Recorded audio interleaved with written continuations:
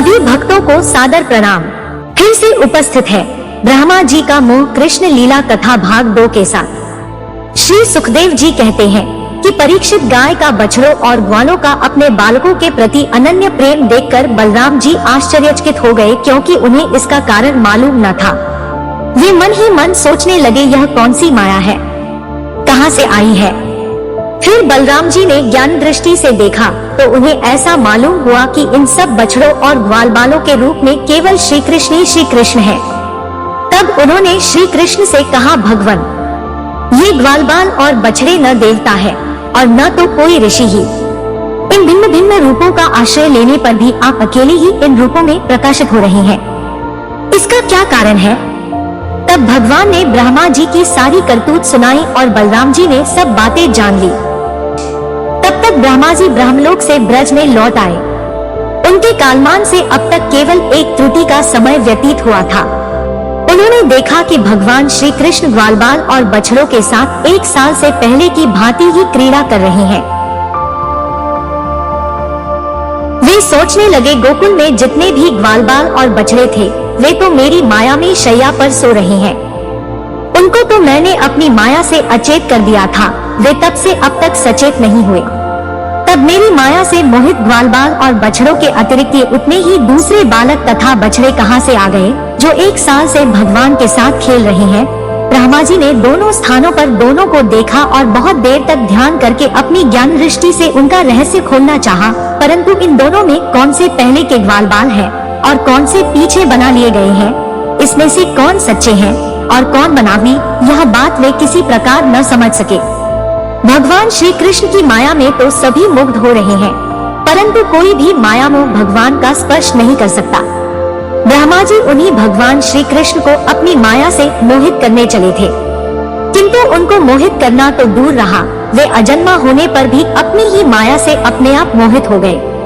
जिस प्रकार रात के घोर अंधकार में कोहरे के अंधकार का और दिन के प्रकाश में जुगनू के प्रकाश का पता नहीं चलता, वैसे ही जब क्षुद्र पुरुष महापुरुषों पर अपनी माया का प्रयोग करते हैं तब वह उनका तो कुछ बिगाड़ नहीं सकती, अपना ही प्रभाव खो बैठती है।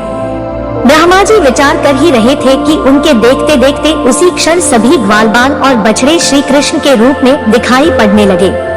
सबके सब सजल जलधर के समान श्यामवर पीतांबरधारी, शंख चक्र गदा और पद्म से युक्त चतुर्भुज, सबके सिर पर मुकुट, कानों में कुंडल और कंठों में मनोहर हार तथा वनमालाएं शोभायमान हो रही थी।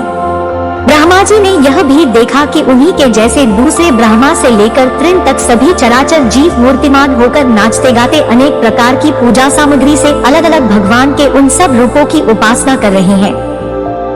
इस प्रकार ब्रह्मा जी ने एक साथ ही देखा कि वे सबके सब उन परब्रह्म परमात्मा श्री कृष्ण के ही स्वरूप हैं, जिनके प्रकाश से यह सारा जगत प्रकाशित हो रहा है।